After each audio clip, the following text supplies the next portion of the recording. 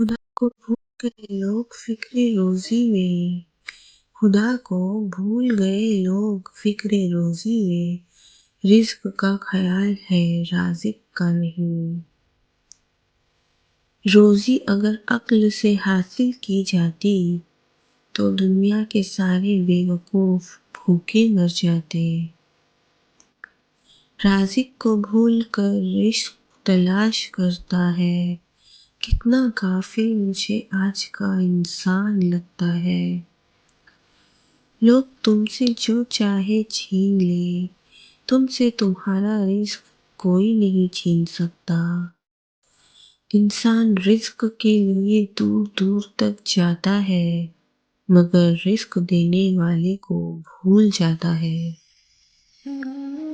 اللہ پاک میرا رزق اتنا کشادہ کر دے میں آپ کی مخلوق کی مدد کر سکوں، میرا ہاتھ ہمیشہ دینے والوں میں رکھنا نہ کہ لینے والا میں بن سکوں۔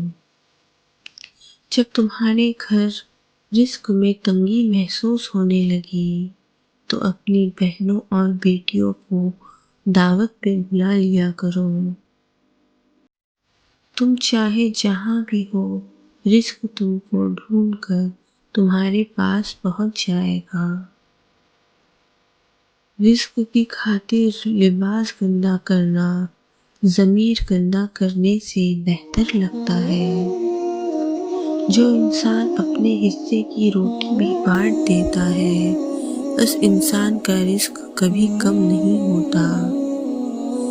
اتنی مہنگائی کے باوجود بھی اگر آپ بھوکے نہیں سوتے تو یقین کریں سب سے بہتر رزق دینے والے کی ذات اللہ کی ہی ہے۔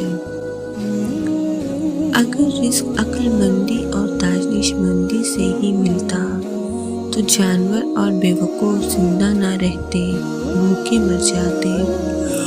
رزق تو سخاوت میں پوشیدہ ہے جبکہ لوگ اسے زیادہ محنت میں تلاش کرتے ہیں۔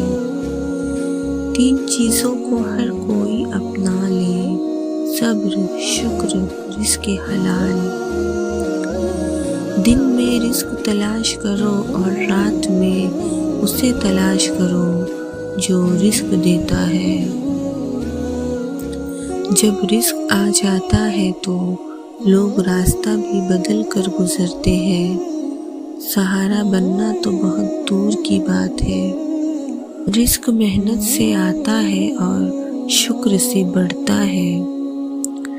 ایک دوسرے کے رزق پر نظر مت رکھو کیونکہ اللہ پاک سے بہتر کوئی تقسیم نہیں کر سکتا۔ رزق صرف یہ نہیں کہ تمہیں کھانا ملے بلکہ اچھی نوکری، اچھی ماں باپ، اچھی اولاد بھی بہترین رزق ہے۔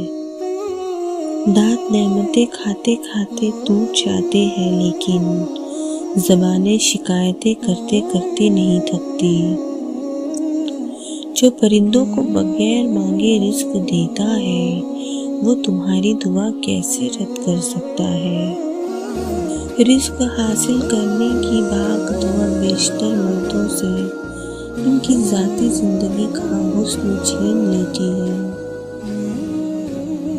اللہ رزق کھول دے تو دسترخوان لمبا کر دو، دیواریں نہیں۔ ماں باپ سے کبھی حساب نہ کرنا ورنہ رزق کے سارے دروازے تم پر بند ہو جائیں گے۔ رزق کے لیے کبھی پریشان نہ ہو، اس سے انسان پر بہت جلد بڑھاپا آ جاتا ہے۔ بے شک رزق اللہ تعالیٰ کے ہاتھ میں ہے، دریا تو بن سکتا ہے مگر رازق نہیں۔ ہمیں ہر حال میں اللہ تعالیٰ پر بھروسہ رکھنا چاہیے اور اسے مانگنا چاہیے۔ رزق اور دولت کسی کے ہاتھ میں نہیں، اللہ جسے چاہے بے حساب دیتا ہے۔ اللہ تعالیٰ نے رزق کا وعدہ سب سے کیا ہوا ہے لیکن بخشش کا وعدہ سب سے نہیں کیا، پھر کیوں لوگ رزق کے لیے پریشان ہیں اور مغفرت کے لیے بے فکر؟ اس بات پر ہم سب کو سوچنے کی ضرورت ہے کہ پاک پروردگار ہمیں اور ہمارے والدین کی بخشش فرمائے، آمین۔ اپنے رزق میں دوسروں کو شامل کریں۔ اگر آپ اچھا رزق کما رہے ہیں تو یقین جانیں اس میں آپ کی ذہانت یا صلاحیتوں کا کوئی کمال نہیں۔ بڑے بڑے عقل کے پہاڑ خاک چھان رہے ہیں۔